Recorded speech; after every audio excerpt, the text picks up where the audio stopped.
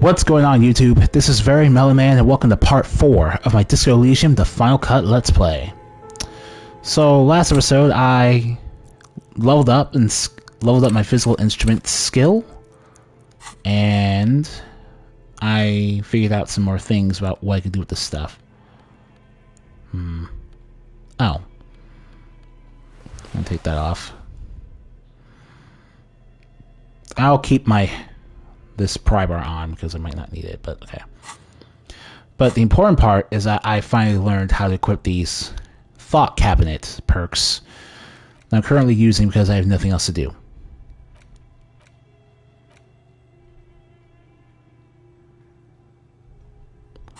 Alright. So last episode we explored the library, learned some bit about the girl's mother outside, but more importantly, we decided to see what the girl's mother was hiding. And it turns out that there is a secret LARPing party located in a derelict gym that we're still exploring right now, which includes this gnarly looking bear statue with what looks like a refrigerator in its belly.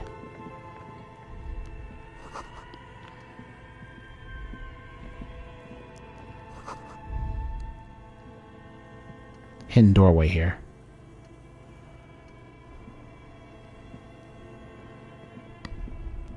Interesting. 2 rusty rifles. Inoperable. A few bricks have fallen off, cool. Revealing a compartment behind the wall. It's too dark to see in. Look, there's a hole in the wall. There is, yes. And there also appears to be something inside the hole. Interesting. Do you want to take a look? Okay, I do. Your hand reaches deep into darkness and spiderwebs.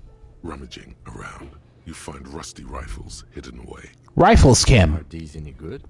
Most of them I doubt are it. rusty and inoperable, like the rest. But one catches your eye. A bolt-action model with a fine wood stock in better cosmetic order than the others. An old Belmagrave rifle, Revolutionary era, prized for its reliability more than its accuracy. The rest are probably Belmagraves too, just too damaged to be sure. That's a rare sight. Seems to no longer be functional, but still a beautiful thing in its own way.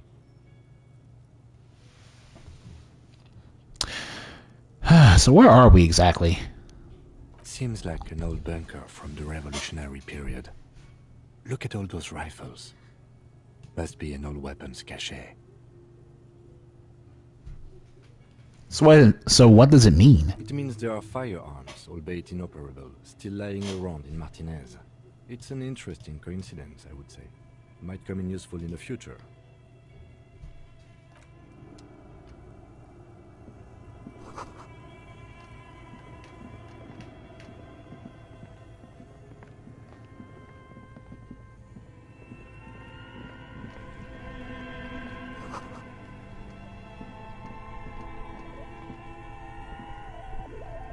Two cables are plugged into the breaker box. The red one leads off into the darkness, and the black one to the ice cream maker nearby. Rip the red one out. Look how giant and red and inviting it is. Fine. An electric sizzle. The room is slightly quieter now. Something close to you dies with a soft electric purr. Why did you do that? It's black, it's not the right one. The lieutenant raises his brows, but doesn't say anything. The electric distribution board now has one cable missing.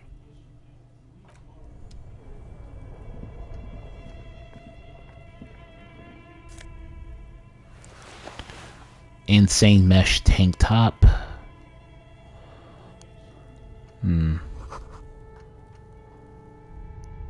Ooh. Skill points can also buy new thought cabinet slots or forget old thoughts. Interesting. Huh.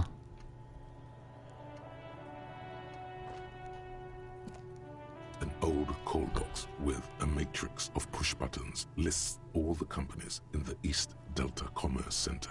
An off-key melody starts playing after you ring the doorbell. Then a woman picks up the receiver. Kuno, please stop calling here. Grown-ups don't have time for your stupid games. Sorry, I was just trying to ring the doorbells. Didn't have anything so important to say. Please don't do that. Doorbells are not toys, and this one isn't even working properly. Please don't call us again. Thank you. A single beep indicates that the line has gone dead. Oh, Kuno. Okay. Well, alright. Well, let's go back inside then.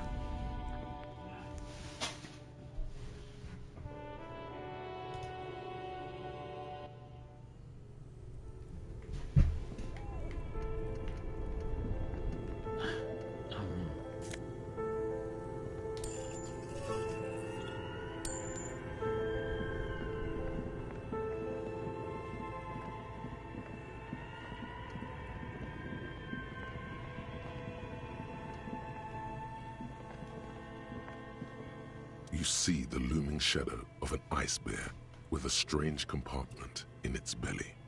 The door is slightly open. Its eyes are dead, but it's still terrifying. Run before it wakes up. What is this thing? It looks like a giant ice bear. The lieutenant doesn't answer, his eyes glued to the animal. It's dark inside its mysterious belly compartment. A faint waft of cold air rolls out. You hear the sound of dripping water. This is the inside of a defrosting refrigerator. The lieutenant takes a peek inside. His hand has found the holster of his gun. The shelves are empty. All you see are crumpled ice cream wrappers with the brand name, Revachol Ice City. A handwritten note has been attached to the door. The fridge is huge. What is a giant bear-shaped fridge doing in an abandoned cellar in the first place? Good question. It looks like an ice cream fridge. So they tried to sell ice cream from this hyper-carnivore? No. What an unfortunate marketing choice. Yeah, that doesn't really work out a lot when you think about it. Now that you've unplugged the cable. The fridge sits empty before you. An overindulgent wardrobe, now that the cooling systems aren't active. Alright. Well, okay, take a note. The note, and the little fridge magnets keeping it on the door. What are the rappers saying? A friendly cartoon bear smiles back at you from a glossy cellophane wrapper. It looks nothing like the fridge.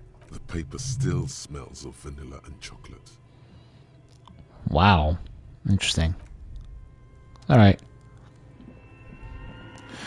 Well, alright. I'm just gonna go over here and plug that back in since I don't need to unplug anything now. Both cables are unplugged somewhere in the dark. A giant electrical mammal stirs to life. Somewhere, a machine hums along with the current, happy and contented.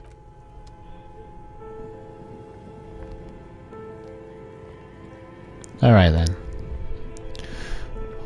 So, I guess we're done here for what it's worth. Let's go buy that book.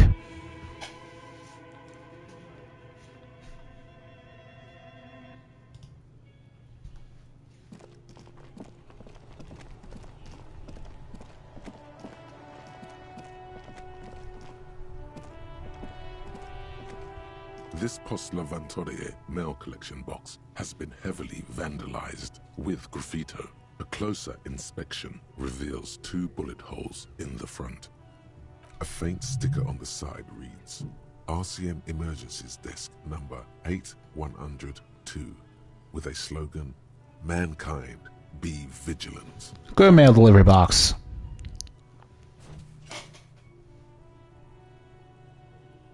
The box seems happy. Eat shit pig, fucked by the coon, and Saint G with a crown have been scribbled on it. Jenny is a whore, and best set mailbox also. Been there. Post Laventure mail collection box. Been there. The mail collection box seems cathartic, thankful even. So do you. You shudder, then you swallow, and then suddenly you see it. Over all the other graffitos, someone has, using the tip of a very sharp knife, cut the words Revachol forever. Good mail delivery box. Why not?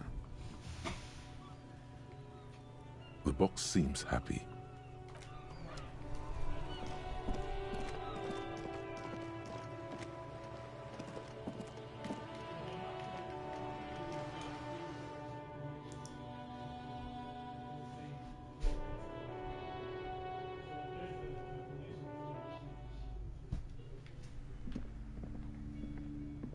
The display rack. This is entirely, completely you. You have found the right books. I want to buy the Helm Darman book. Oh, Man from Hjelmdal. A very popular series of adventure novels. They're all blood and violence, scantily clad women, epic. What does it matter? If you're a novice of the series, I'd recommend Hjelmdalaman. Oh yes, certainly. Another good sale.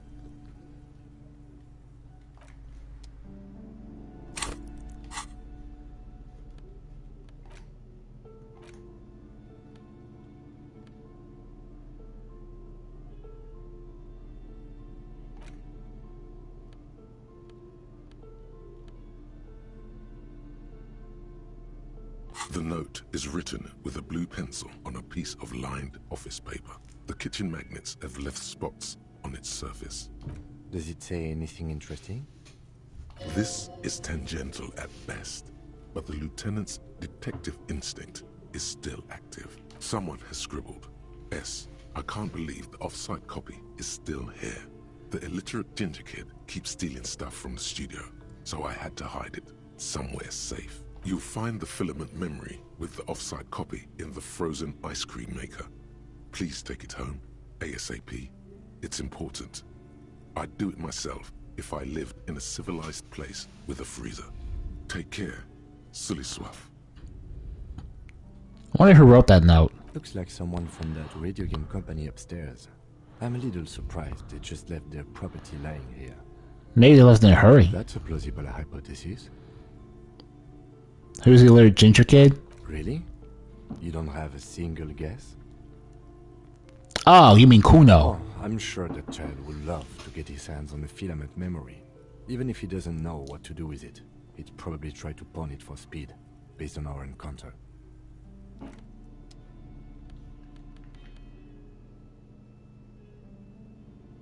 The cover of this tattered paperback features the man from Hjelmdal, standing atop a pile of bloody corpses.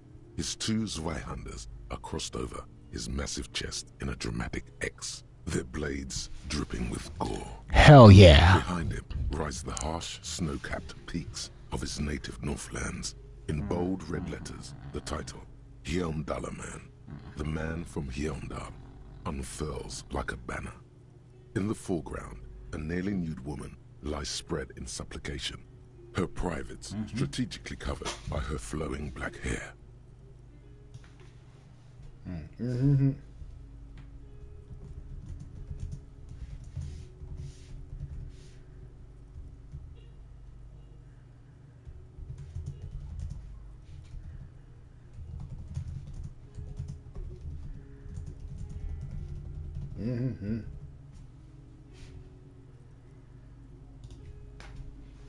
These images speak to something burbling deep within you.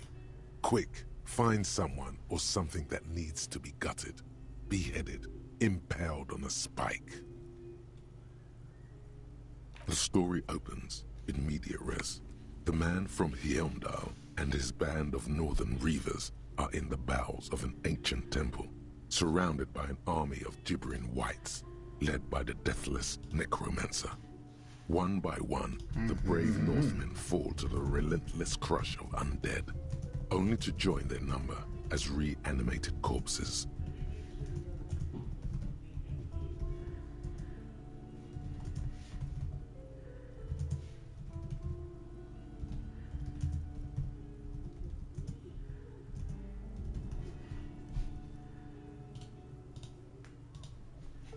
By nightfall, only the man from Hjelmdal and his blood brother, noble Tiribol, are left standing against the dead horde. It is an honor to die by your side, brother, Tiribol cries. as his battle axe beheads one of their reanimated comrades. Ooh, they're in trouble now. 9. Tyribald. The man from Heimdall bellows over the army of flesh and bone. Have courage. Too old for this? If I was really too old for this, I wouldn't have spent $9 of my hard-earned money buying this book. Figure, and like a mad ice bear, whirling twin Zweihanders, Sturm and Drang, he plows through the ranks of the deathless, surrounding the necromancer. The writer has never held a sword in their life, let alone two two-handed swords at the same time.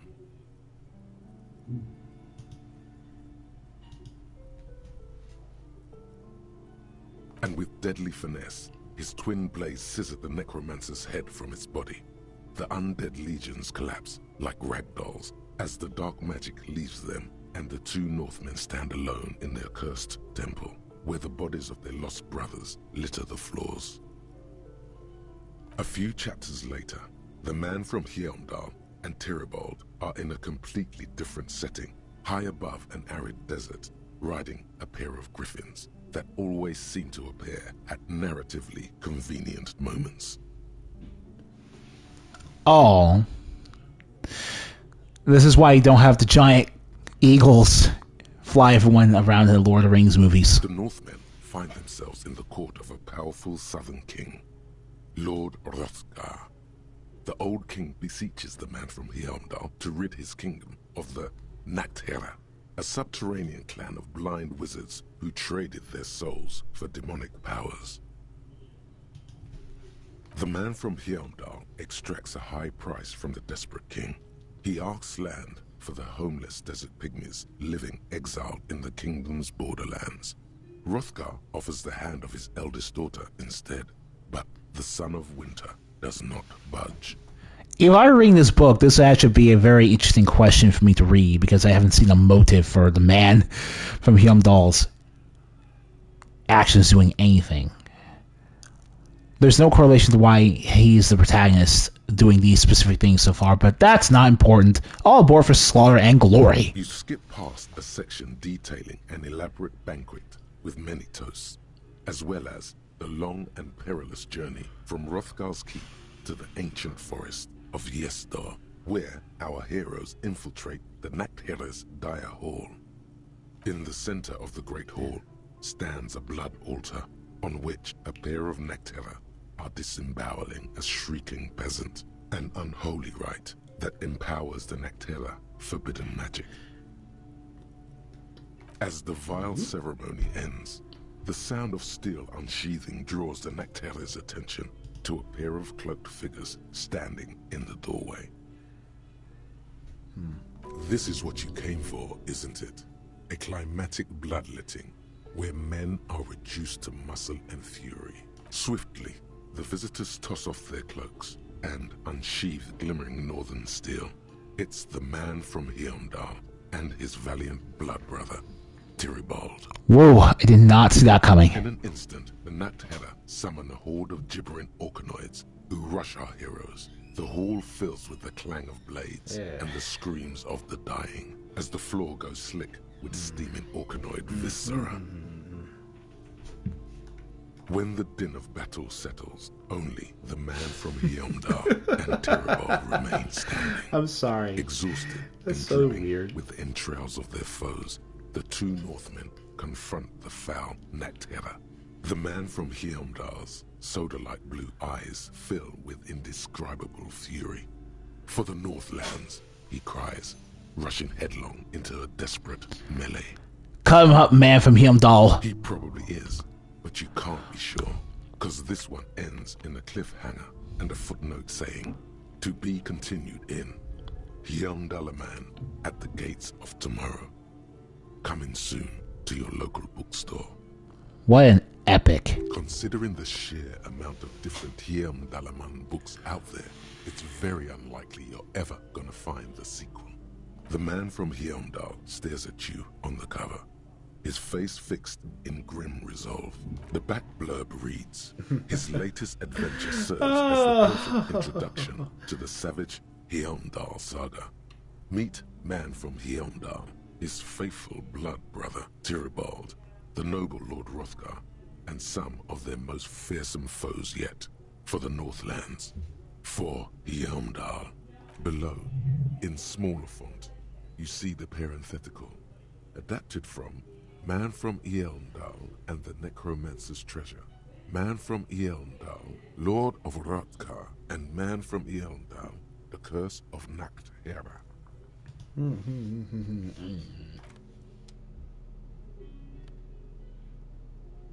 The worn map features the patchwork grid of the streets of Martinez, with directions to appropriately touristy locations. Year 48 resides on the upper right corner. Alright, let's trace a path. The finger moves through the various streets, across Rue de Saint-Ghislain and Rue Saint-Sipar, over Saint-Brun and Martinez North. Finally coming to a halt on the spot where you are currently standing, although the map gives no such indication itself.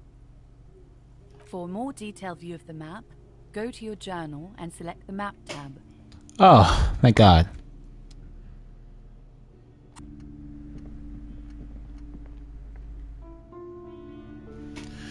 So, now we'll have to go back to the bear and look for the filament.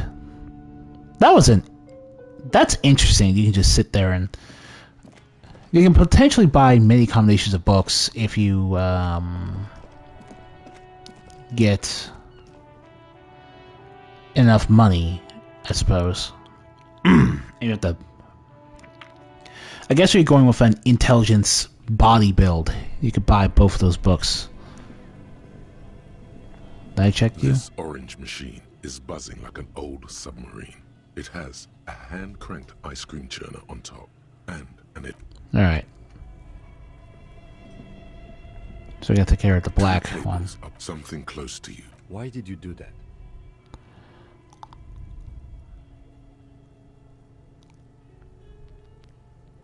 The lieutenant Visual. raises his breath. Alright. There you go. This orange machine is dead still. It has a hand-cranked ice cream churner and an electric freezer. The ice around it slowly melting. Pry bar is not strong enough. Turn. Turning the crank feels oddly satisfying, like stirring your childhood dreams. In the distance, you hear water dripping.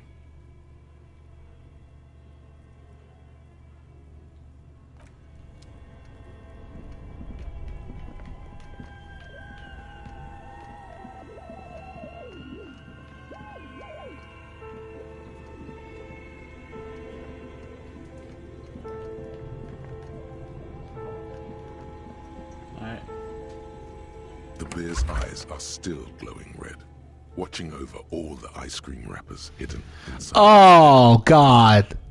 A small child seeing a giant bear with glowing eyes trying to... That's not going to sell any... That's not going to sell any money. Friendly That's paper horrific. still smells of vanilla. Like... Oh, man. Alright. A thick layer of coal dust, a lush layer of coal, now covers your skin, sinking into the wrinkles. Your hands look ancient. Maybe you could paint something with this coal. Leave a cave painting for future archaeologists. No, that would be stupid. Still, it's good to have this dirt on you. Real men wear coal for makeup. I'm trying to figure out... I'm only hoping that... Crowbar... Oh, hold on a second. Hold on a second. If... I don't need the crowbar. This orange machine is dead still. It has a The crowbar is not gonna be enough to help.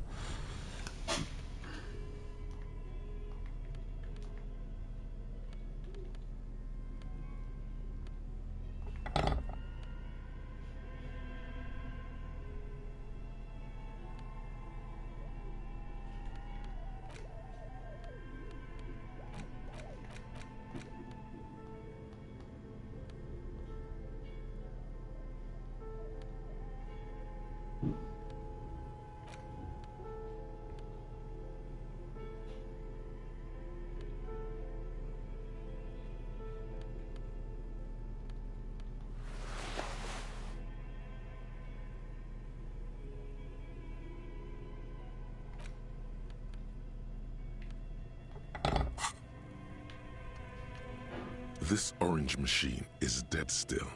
It has a hand crank. You slip your fingers under the frozen lid, but the ice is too cold for you to get a good grip. A pry bar would come in handy here. No, this is going to need something else. Some kind of super pry bar. Don't even try to open it with a regular pry bar. You're just wasting your time. If you want to try again, then you need to have the pry bar in your hand, detective. Equip the pry bar by going to the Tools tab in your inventory. From there, you can equip it to a held slot.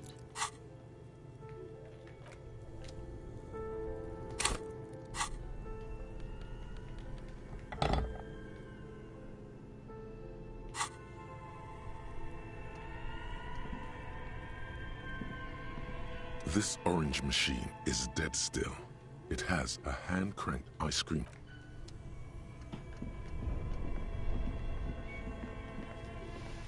Well, that's that, because we don't have a super pry bar. So, that's about as far as we're going to get. And we're not going to be able to figure out anything else about... We could trade the filament to Kuno, but I'm not really sure what the point of that would be. Every snowflake is like a little gift from the sky. Alright. Okay.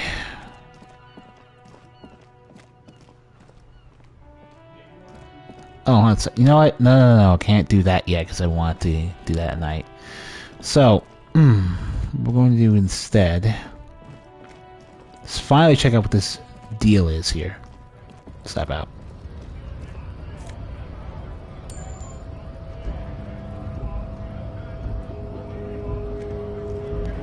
Hello, good sir. What's going on? Scott? What did he just call you? No, not this again. Fucking kid. No, I don't want to deal with this again. Just call me a No, I said scab. What exactly is a scab? A kind of a worm, content with mere survival. They come, they want to do our job for shittier pay, screwing over both themselves and us. Everybody loses. Didn't seem to like them much. Gotta be bloody stupid or freaking evil to scab. Or I guess, scared maybe. But scared of what? Of who? Personally, I'd rather beg than scab. If the gentleman shouting on the street came begging, maybe they'd have gotten something.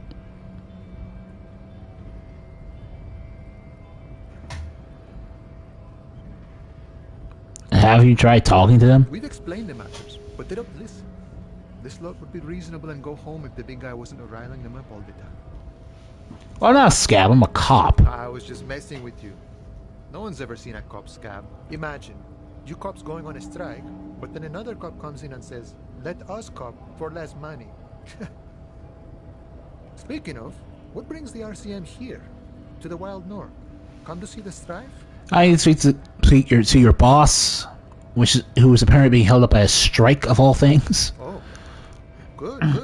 What matters do you want to discuss with Everard? He might have information about killing took place behind the hostel. Everard's got a lot of knowledge about a lot of things, eh? Doesn't often dole it out, though. But sure, why not? Can you get me through the gate, then? I don't operate in that capacity. I'm not a granter of passage. The passage grants itself. That's simple, just walk in. Aye. Walk right past Measurehead and go in. Yeah, the 2.5-meter tall Semini supremacist there. Walk right past him. Right. Then press the button to unlock the door. Aha. Then go past him again. Okay. And you enter the arbor through the office. Está. Gotcha. I think I have some questions for you first. The man whispers a jaunty tune. A coastal breeze ruffles his hair. What's the strike about anyway? You know, serious business. I'm sure the big boss will be glad to tell you. You'll have to ask him first. Feels like he's hinting at something, but you're too hungover or dumb to understand right now.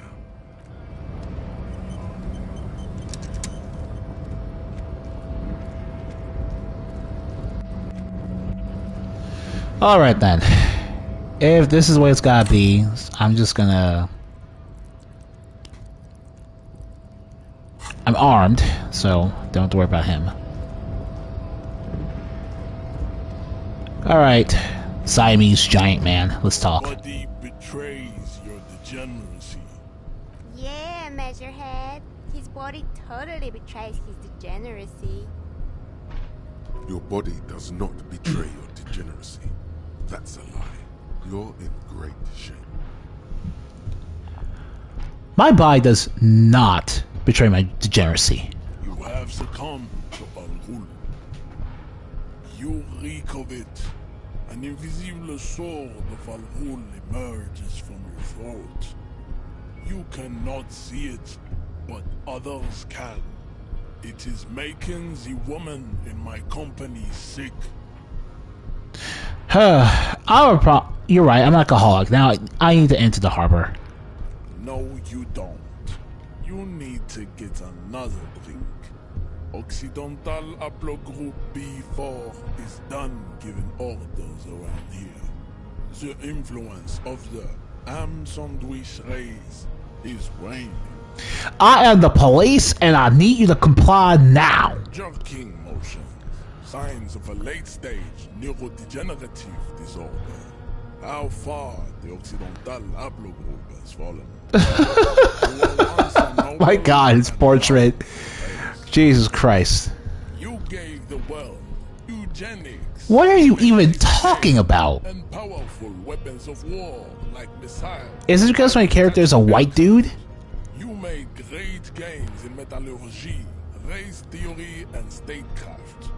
You dominated lesser cultures, like the deformed Hemians and the inexplicably potato-obsessed Quakers. But now your ascent to the genetic summit has halted. You are obsessed with sadness and with frivolous pop culture. You will be superseded. Isn't that right, babe? It is, baby, yeah.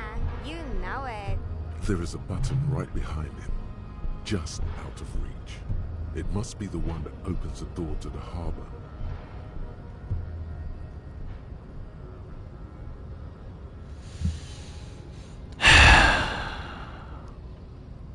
Let's do this. Oh, Jesus Christ. Right. You should leave the stage of history with dignity by inviting the other races to the great world. Okay, you've been established, Measurehead. Bring your troops to the Seminine Islands and to Boogie Street, and we will pulverize you. When you are gone, we will build a museum for you. The walls will be lined with bottles of Al-Ghul, your beloved beverage. Inside, we will store the odes to homosexuality you call art, and your microcephalic skulls. This is your chance. He's talking. Rip into him with a punch and catch him off guard. Oh boy. If I fail this on camera, I'm never gonna live it down. Yo!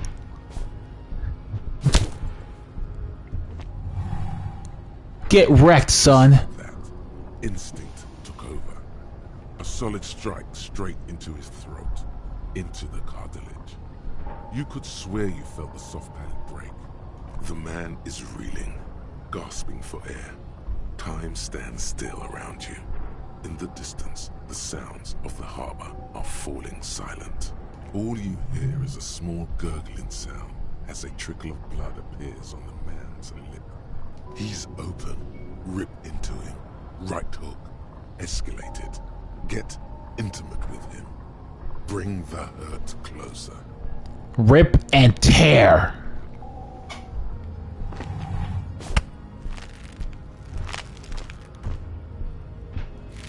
Oh no. Oh God. Wrong move.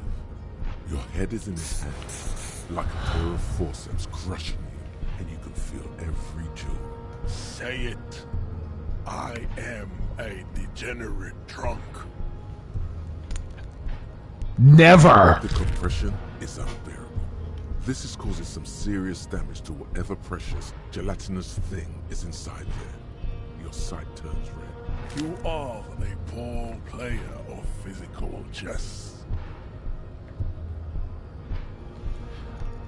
I'm not afraid to die.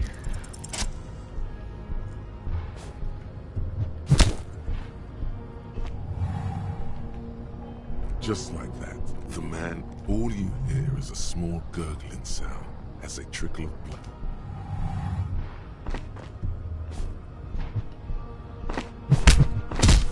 Yeah!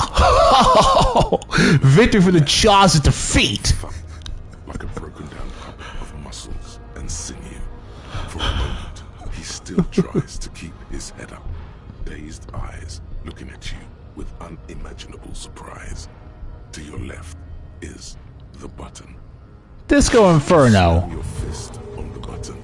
The man collapses entirely, his head rolling to the side. Looks like you're the new measurehead now. Looks like I am Measurehead's former babe. No one is the new measurehead. Let's go before he gets up.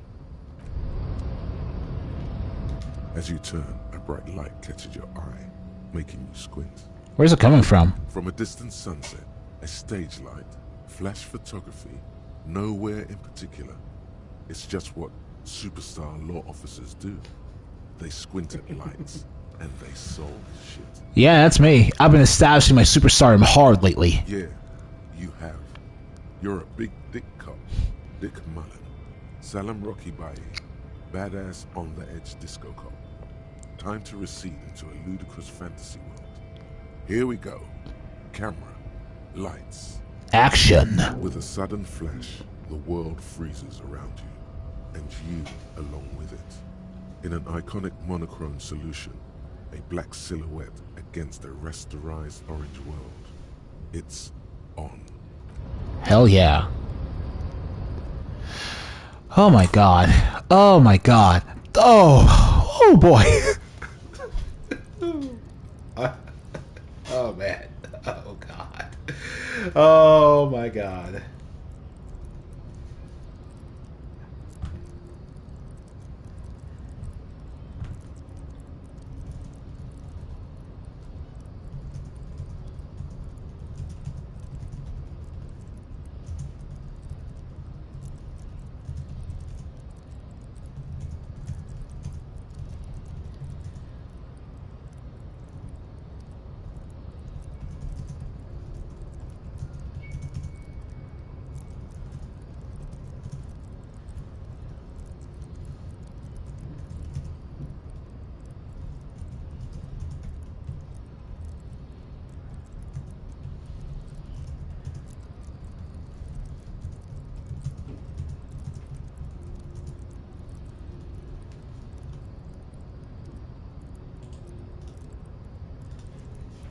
Okay. Had to write that down. Alright. Some kind of superstar. First, so this is absolutely clear. No one is saying you're an actual superstar in the group in King Real have to see Milliken Way. You're not. Okay.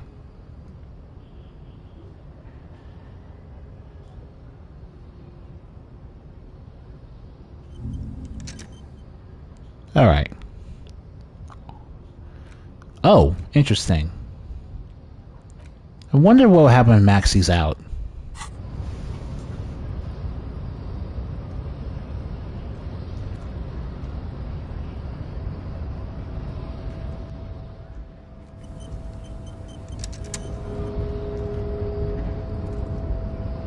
I'd appreciate it if you didn't force us into situations where I may have to shoot random civilians, because that won't get us anywhere. I'm not even sure the one bullet my chamber holds would even prick that hook.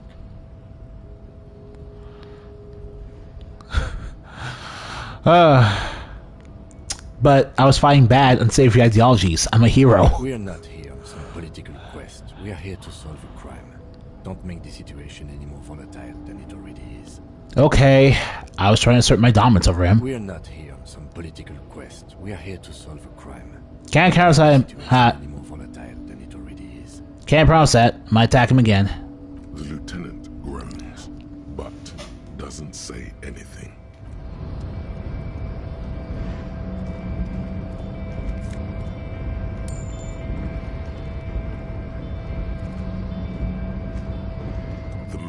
is still knocked out.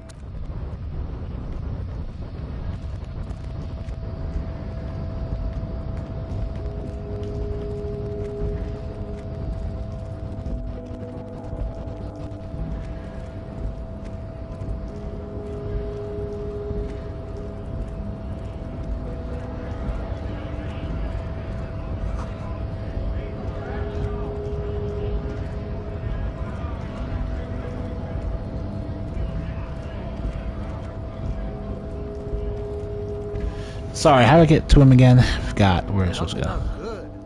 Like the Flying Desperado. Who's that? It's that really cool Flying Desperado spin kick you did. Oh. Often performed by the most hard-bodied boyaderos on the steps. Yeah, I sure did that thing. So, what's on your mind this time? You know. About, Feels right. like he's hinting at something. Good talk to you.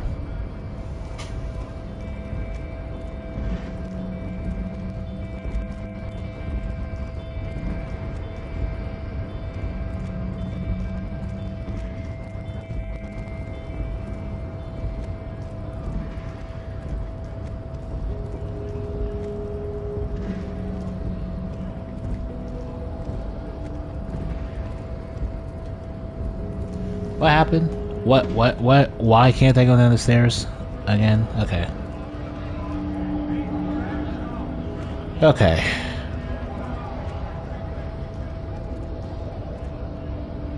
We already pressed the button, so... Yes? What do you want to know?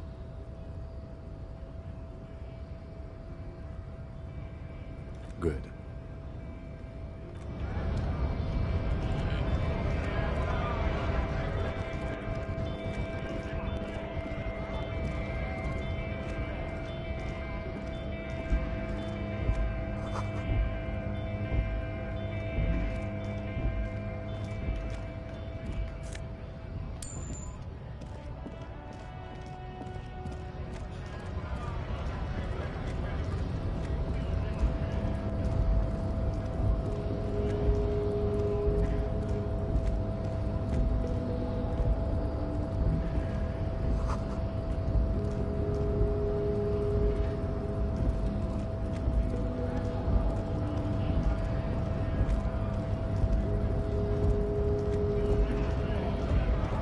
Guess you'll talk to these people here, tell them we can just go through now.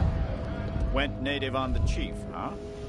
Those ballerina antics were reckless. Should have just punched him in the throat again. Yeah, no, I already know it wouldn't work. Wrong. You did the right thing with Measurehead. The ballerina antics won you the fight. Let's talk about our right to work. You What about it? fuck with us. Beat the honest worker down. No. Good. We're fighting for a cause here. Right to work! Right to work! So, yeah, what's going? Oh, yeah. Besides, we're not that different. It helps if people see us talking, cops and strikebreakers together. Shows authorities are on our side. Builds confidence. What kind of cause are we talking about? Rights of people. Rights of workers. To have gainful employment. To make a salary. And feed their families.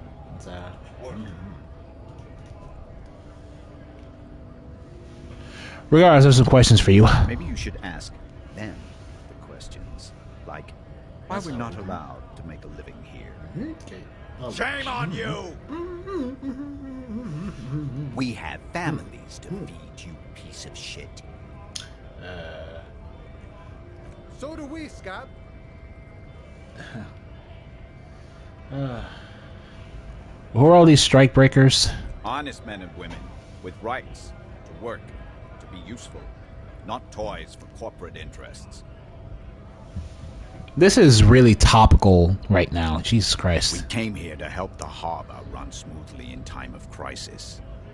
If union fucks don't want work, they ought to let in those who do want work. I have a question.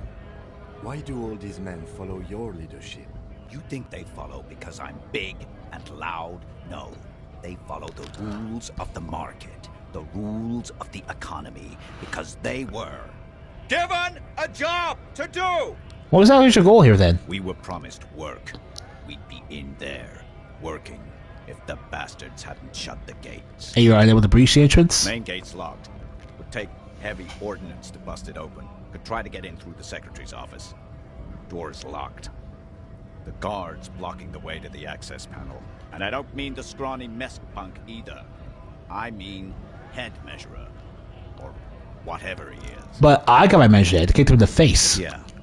I saw your ballerina moves up there. In a real fight, these acrobatics will get you killed faster than a bullet. You caught them off guard. That only happens once. Even Have you considered storming in? Like all of you? Why don't you go arrest them instead? I'm pretty sure I just opened the They have that look. It would be better for the neighborhood if you went home. At least for now. If you can't get in anyway. No! They will give up eventually. Or get drunk. Leave the button unguarded. Then we charge.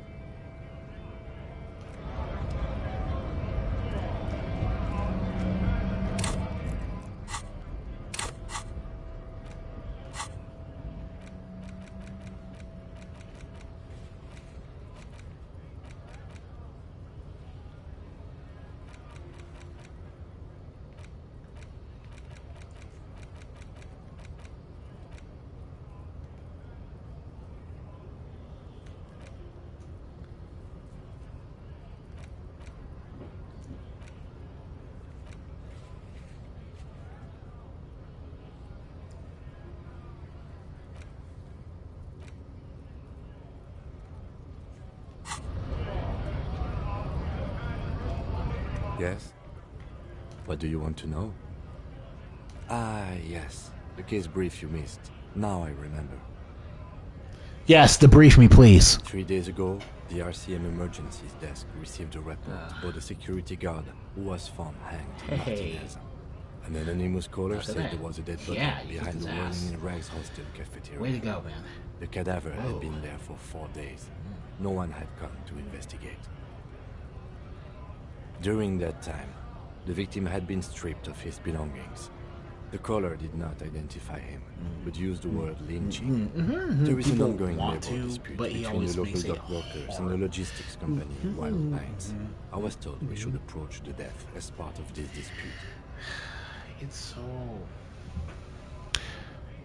Why do we know about the caller? They didn't identify themselves in any way. The tone was muffled using a device of some sort. The desk could identify neither the caller's age nor sex. Why would they need to hide themselves? That's so bad. Involving the RCM and what's seen as union matters. The dock workers' union is the de facto police in Martinez. Now it appears they've started executing too. We cannot allow that. Yeah, of course. I understand that now. Just to be clear, we are police officers. It's our job to find the killer. That's the case. Uncover and arrest the killer. No, it's not a particular... Let's say mysterious? case. Why not? The deceased is a security guard for a corporation involved in a labor dispute. It doesn't take a DeLorean polymath to put the pieces together. I just don't see the case getting more mysterious than that. Could it be sexy? There was some interest in this case at my station, but not for the reasons you have in mind. You seem to wish there was Cut this boring stuff off immediately. You know what this case is about. Maybe there's a young woman involved? Yes, it just so happens there's a beautiful, blonde 19-year-old woman at the heart of this case. A rich one, in fact. Part of a murder sex cult. It doesn't have to be a cult. It just... That's mega sexy. No, not really. Is there anything? He's basically challenging you to sex it up with some lurid twist. Don't get right into it. Sit on it a bit. Then hit him with it. Good.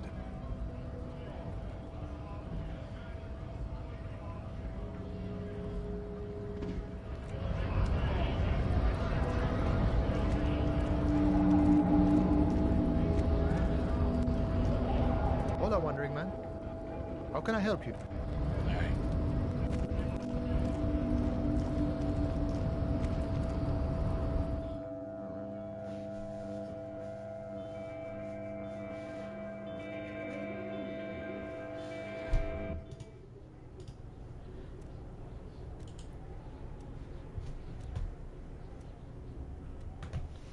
Alright. Can't tell this is the right way or not. What's this? Book. Left the coffee machine on. On second glance, someone has forgotten to properly close one of the drawers. It's unfortunate for the Union to just leave their paperwork lying around like this. For them? The drawer opens smoothly. Inside is a well-organized selection of brown folders. Hundreds of documents containing logistical data. Two kinds of transactions stand out.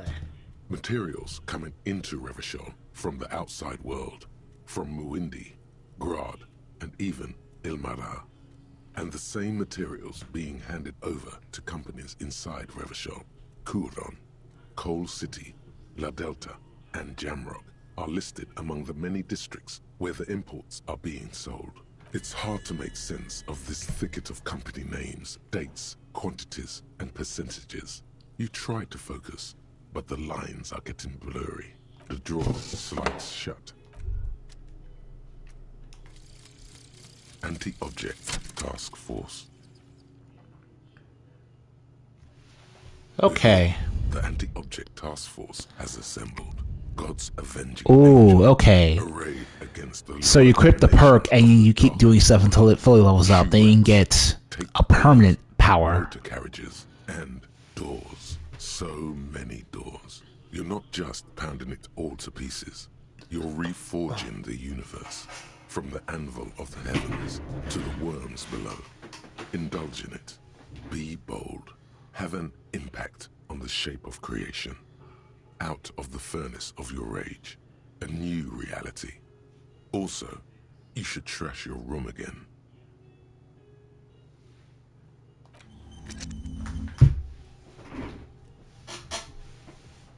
Cool.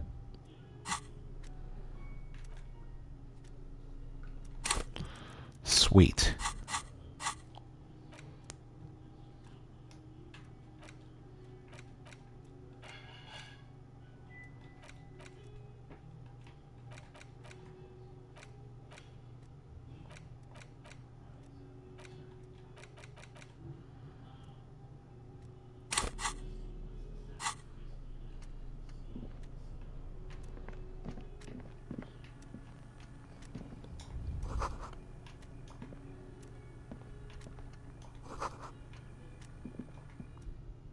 What?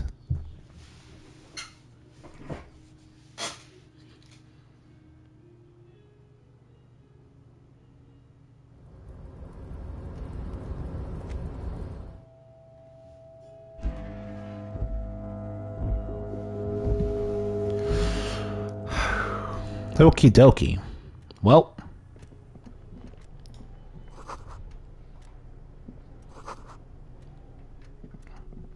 I guess that's all I can really say for this episode.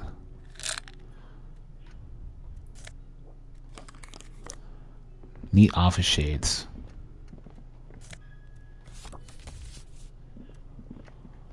Yeah, that's pretty much all I can say for this episode. Next time, I think we'll be able to finally meet the strike worker and see what his deal is.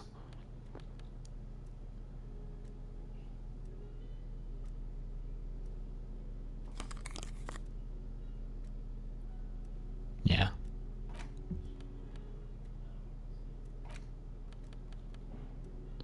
Yeah, pretty much.